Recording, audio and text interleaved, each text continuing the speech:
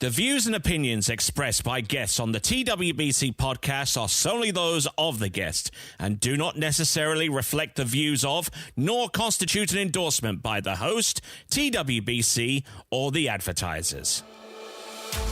National championships, Confederation championships, World championships, major professional events. For over 3 decades, he has been there for many of the sport's greatest moments. And now he brings you even closer to the movers and shakers in the world of high-echelon tournament water skiing. From the founder and creator of the Waterski Broadcasting Company comes the TWBC Podcast. And now here's your host, Tony Lightfoot.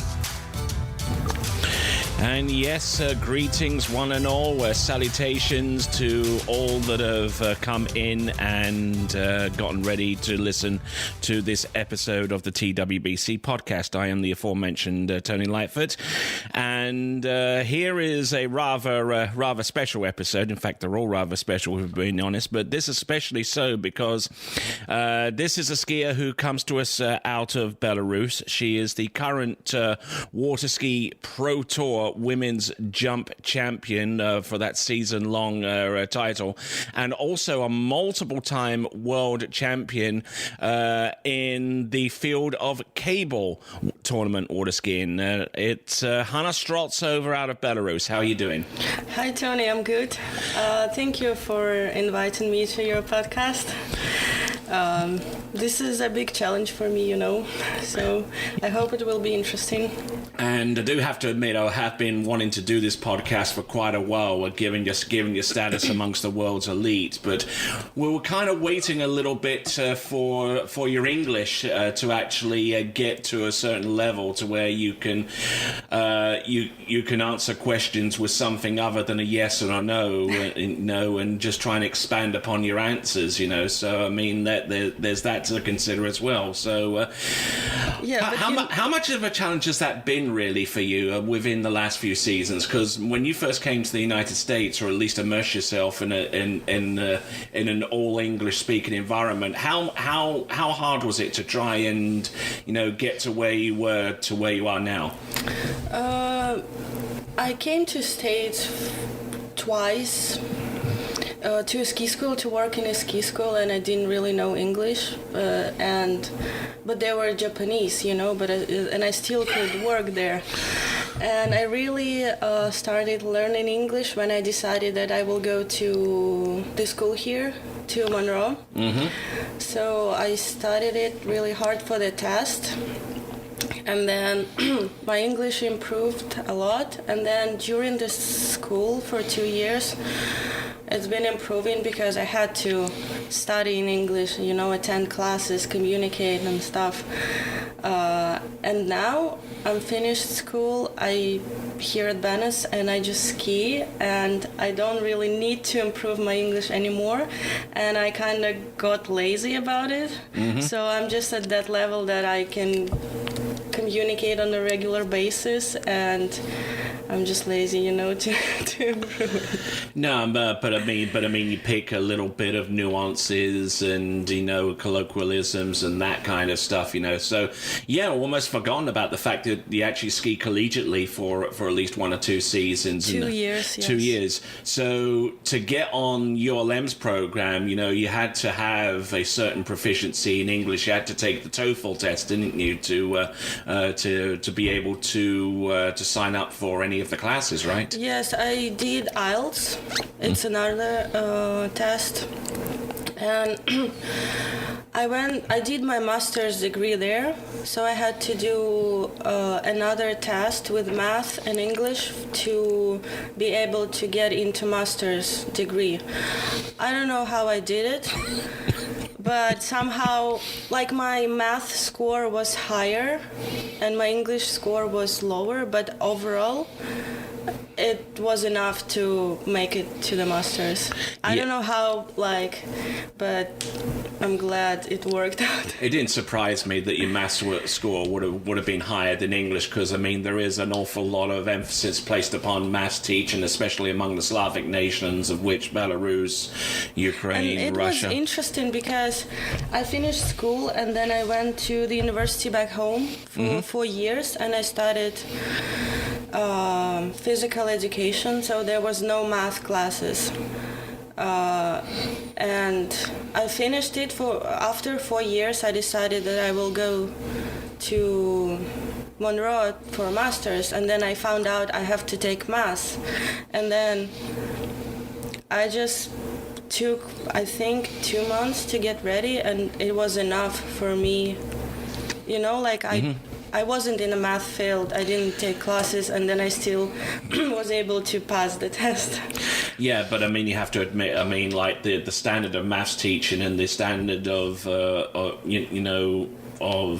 of acuity within mathematics is a lot higher and typically the United States. I mean, I do substitute teaching on various subjects, math being one of them. And it kind of pains me a little bit to have to guide junior high school students through algebra 2 and algebra 3 when those subjects have already been done and forgotten about for many children in Belarus. That you're studying geometry and trigonometry before you head to college, right?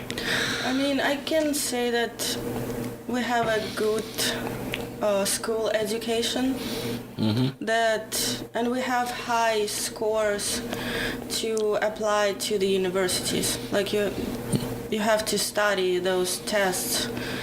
We have a good base for children, all school, but I can't say that about the universities. Okay, so tell us a little bit about your university study. I mean, because you spent 2 years at Monroe, but you went through your entire undergraduate studies in Belarus. So which specific school in Belarus was it?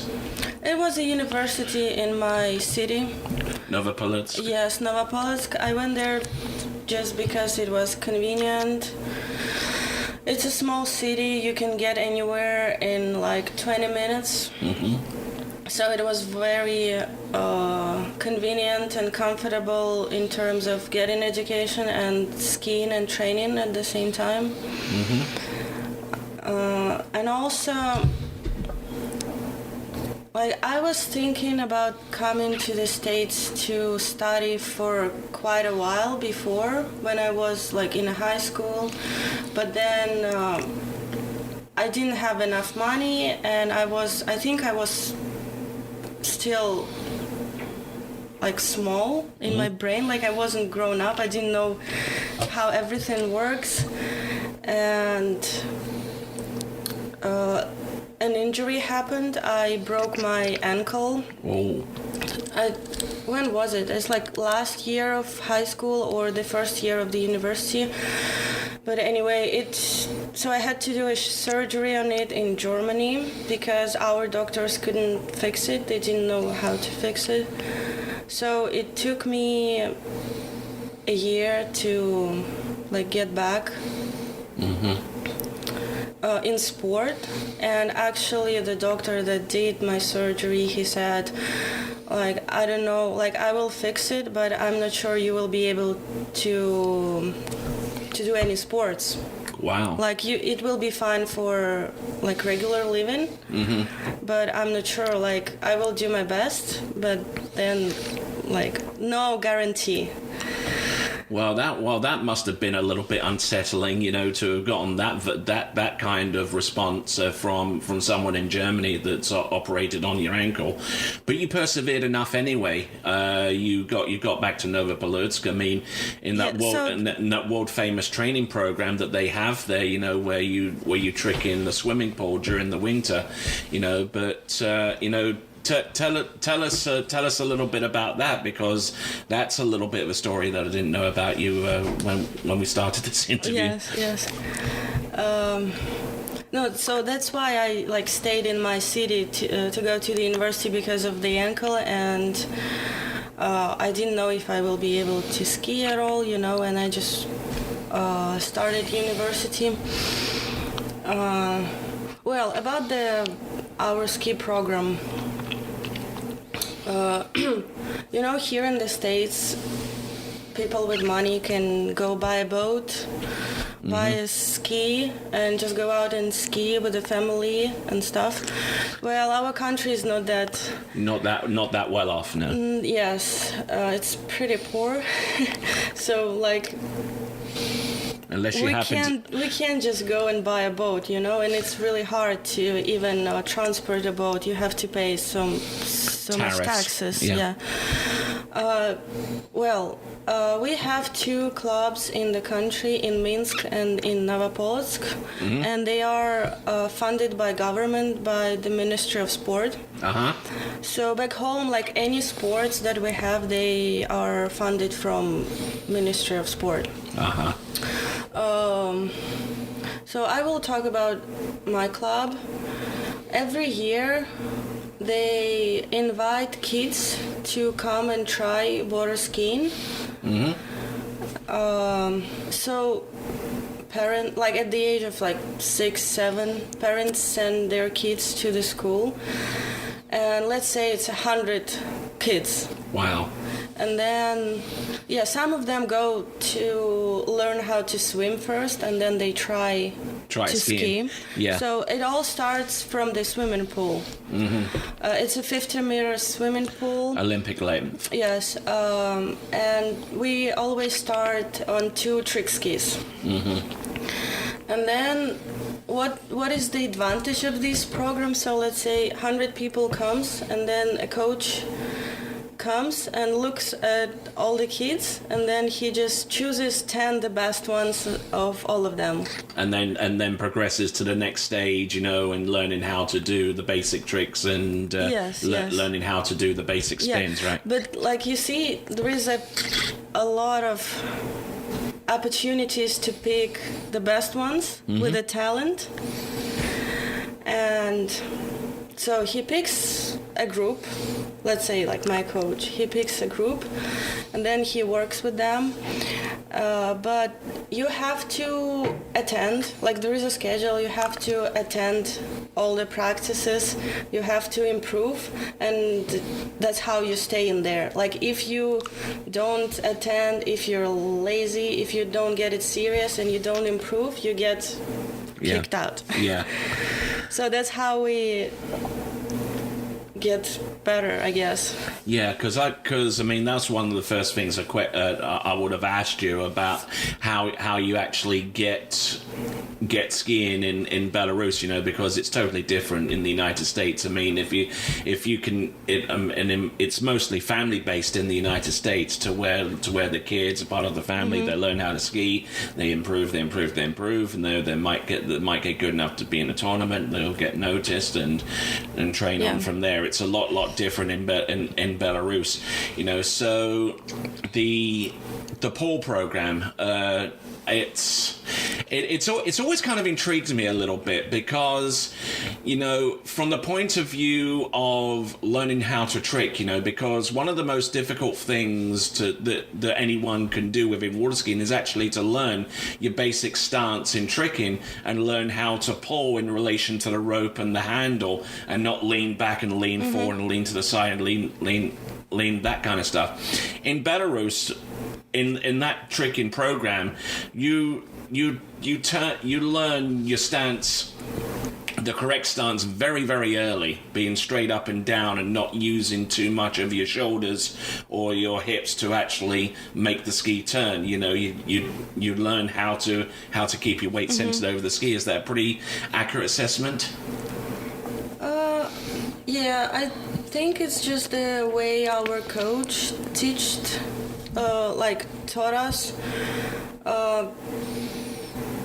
Like, it's so easy in the swimming pool. You can, like, it's a 50 meters, so you can do like 25 rides, you know? Yeah. And you fall and you get out, and then the next skier goes. And it's very fast, and you can do one trick repeat it for like 10 times, and it's so he just makes us do it to a perfection of like how he thinks it's perfect, you know. But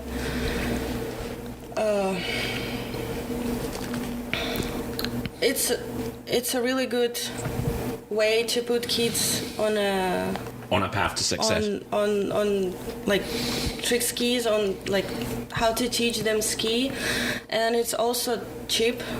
Like it's electrical. Yeah. And I mean, of course, we have winter, so there is no other way how to train. Yeah, because I mean, the lakes in Belarus in the winter are only good for ice fishing at that time. Yes. Yeah. But And like they always start from like they always pick kids in the swimming pool, and then if you do well, then you go. Then summer comes, and then you go to the lake, and the best ones they try to ski on jump skis, try to ride a slalom ski, and then if you are chosen to go to the lake, then it means you're good, and then you will be a water skier. how did that feel? You know, being selected to go to the lake. Yeah, I mean, I don't know how I felt. I just realize it now how it works, you know? For me it was like, oh, yeah, I'm going to the lake to ski. Yeah, I mean, it's a little simpler over here in the United States because, I mean, the lake is about the only way you can do skiing. I mean, I haven't seen any programs to where you do a 50-meter pole type thing in the United States, but we'll leave that for a little bit. Kind of describe a little bit what your first experience was riding the slalom ski for the first time, you know, because, I mean, most people here, that's their entrance into water skiing, being able to get up on two, then on the slalom ski, and then way, way down the road, then they think about putting a trick ski on. It's different in Belarus. I don't actually remember how I got on slalom ski. You probably thought that this is fast. I think no, I'm sure we start on two skis and then we drop one, you know, for the slalom ski. Yeah, that's what we do. From my childhood memories, I just remember that I always fell in tricks. Like, I get up, like 30 seconds, I try, fall. I always, like, I couldn't trick. I don't know how I was picked. I had good slalom, and I was good in jumping. But tricks were horrible. Like, you had to really work hard to get to where you wanted to be in tricks. Yeah. I just remember I was always in the water, not on the water. Like, I get up, try, fall. And I hated it. And it was cold, you know. You sit in the water and you start freezing. Yeah, because even summers in Belarus are extremely cold. Yeah, you still wear a wetsuit. Okay, so you managed to get onto the lake, you got behind the boat, but Belarus, out of probably all the nations that I know of, are exceptionally great at cable skiing. Yet, I haven't seen any pictures of a cable ski facility in Belarus, maybe aside from that in Minsk, you know, but I mean... We have one cable, which is in Minsk. Just one? Yes. Right now we have a few two-way cables, but they opened just recently, like a few years ago. Yeah, just one cable. Just one cable, and and the Belarusians are the world cable tournament ski champions. Yeah. And then you compare that to Germany, which has about 20 of them. Yeah, but you see, they still in Germany, they mostly public. For the like recreational skiers, for wakeboard. And they also don't get as much time as they want for like cable skiing, 3-event skiing. So it's not that easy, I guess, too. For me, I started cable when I was 11, I guess. Okay. So I've been doing it every year, but I did it for like 2 weeks a year or 3 weeks a year, and that was enough for me to learn and progress. You know, there is a correlation. The better you are, like for me, the better you are on the boat, the better you are on cable. Okay. Okay, that's And yeah, both skiing helps a lot to improve in cable.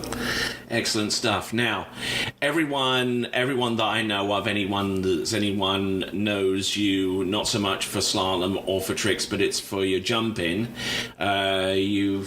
You've excelled well in the previous season, and we'll talk a little bit about that.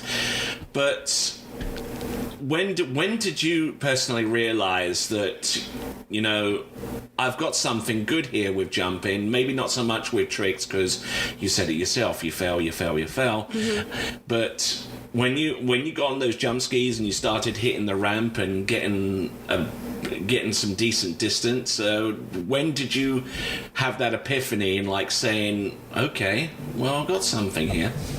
You know, it happened when I was 12, I guess, or 13. But like that was the first time I went to Europeans under 14. Mm-hmm. And I went, and I think I won jump, or I was second. And well, at home you train as a kid and you don't see the rest of the world. Okay. The lake is your world, you know, and you see the people that you train with, and you don't know any international skiers, and you don't know what level they are, and you don't realize what level you are, you know? You had no idea how competitive you were. Yes. So I went to Europeans under 14 and I won there, and I went next year again under 14 and I won again. And then I just keep like placing, like first, second. I guess I was first or second. I don't think I was third. Under 14, under 17, 21, and then it's like always been that I've been placing in jumping. Who were you competing against when you started winning in like age 14, age 15? Anyone we know of? Janina was there. Janina was there? And then another French girl. And then Charlotte Wharton was there. Charlotte Wharton? Yeah. Okay. Yeah, I would love to have seen the looks on their faces when this like this fresh-eyed skier out of Belarus comes in and like beats them all. You know, where does this Straltsova come from? You know, I mean, you know, when I had this feeling when we had Worlds under 21 in Spain. Mm-hmm. That's the same, yeah, I guess. Yeah. Yes. So I still didn't, like, I knew European skiers like Janina, you know, like some French skiers, mm-hmm. like Czech, Belarus. I didn't know girls from the United States. Mm. So the main competitor was Taryn Grant. Yes. So I think my best score was like 48, 49 at that time, and she already jumped 51. But I was, you know, like I was at the lake training and my coach was encouraging me, yeah, we will get it, you know. But I look at the score and I'm like, how? Like it's like 3 or 4 meters difference. And he told me, yeah, but you know, like we train here in not perfect conditions, and in the United States everything's the best, you know. Yeah. So the results are better like themselves. Mm-hmm. So when you meet them in the same site at the same time, you know, same conditions, you will beat them. And I'm like, okay, I was hesitating until last minute, you know, but I got there and I won Taryn by 10 centimeters and I jumped my PB. Oh, nice. That was insane. What kind of distance was it? Over 50 meters? 51 and 1, something like that. 51.1 meters, you know, yes. Which must have been a personal. Yeah, you said your personal. Yes. It was your personal best at that time. So I mean, that must have been. Yeah. And that's what I would like to say, that how it's different right now. That I train here and I know everybody, and I see how they ski, how they train, and. You know, I see who they are. And back home, you didn't have those thoughts. You didn't worry about others. You were concentrating on yourself. to do your best, you know. Okay, do you still wish you had that kind of isolation from the competitors? I mean, because it served you pretty well there in the world under 21s. Yeah, I don't know, but I was still a kid, and there was no other option, you know. There was either that or nothing, you know. So I mean that must have been a rather amusing setup there for that event. Obviously, we talked about tricks, talked about your jumping. Haven't really touched upon slalom skiing, which is probably out of the three events your weakest event.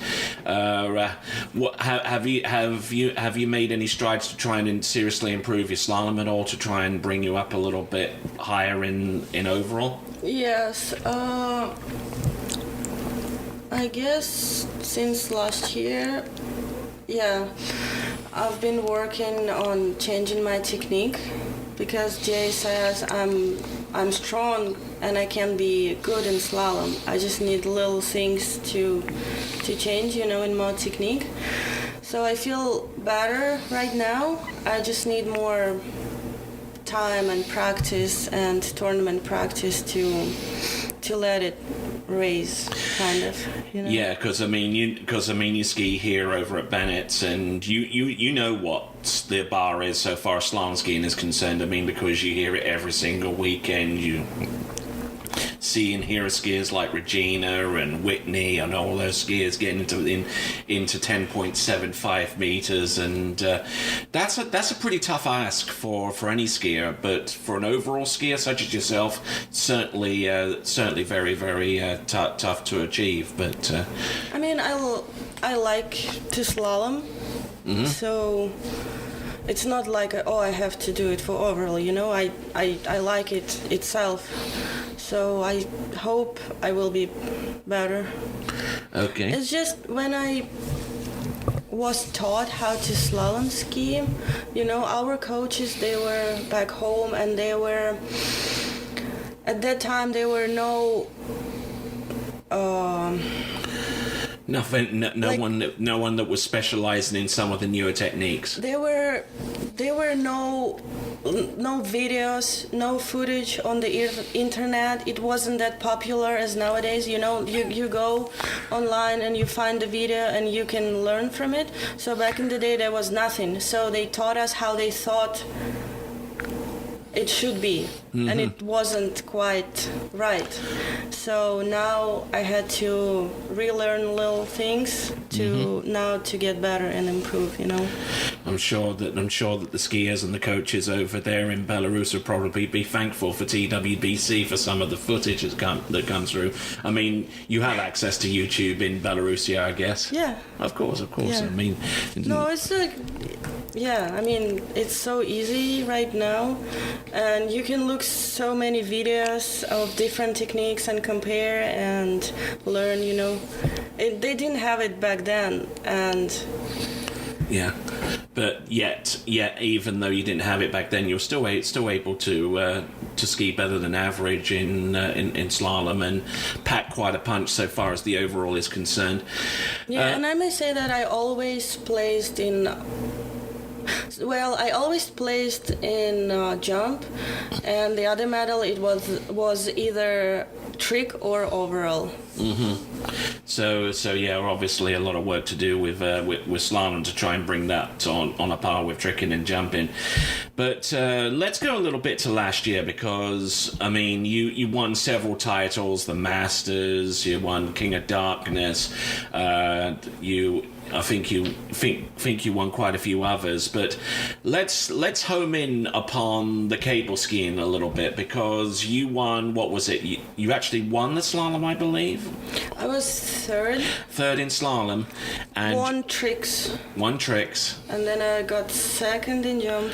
And first overall. For first overall, yes. Okay, so I mean, I'm guessing a lot of people that are listening to this are probably more edged towards tournament water skiing, but Tell me a little bit about the struggles and the challenges that it takes for a competitor such as yourself to switch from tournament skiing behind the boat, then to cable, and then less than a week later before the next competition, switching back. And with that, we'll take a break from the interview and conclude this as part one of a two-part interview with Hanna Straltsova. We certainly thank her very much for those insights that she was kind enough to share with us in this part one. And be sure to catch part two next week for the continuation of the Hanna Straltsova interview here on the TWBC podcast. So until then, it is ciao for now. Thank you for listening to the TWBC podcast. Be sure to check out our website at waterskibroadcasting.com. Links to our presence on major social media platforms can be found there, as well as updates to our webcast and this podcast. Duplication or rebroadcasting of this broadcast without written consent of TWBC is prohibited. Subscribe to us on your favorite podcast platform and be sure to join us next time for the next edition of the TWBC podcast.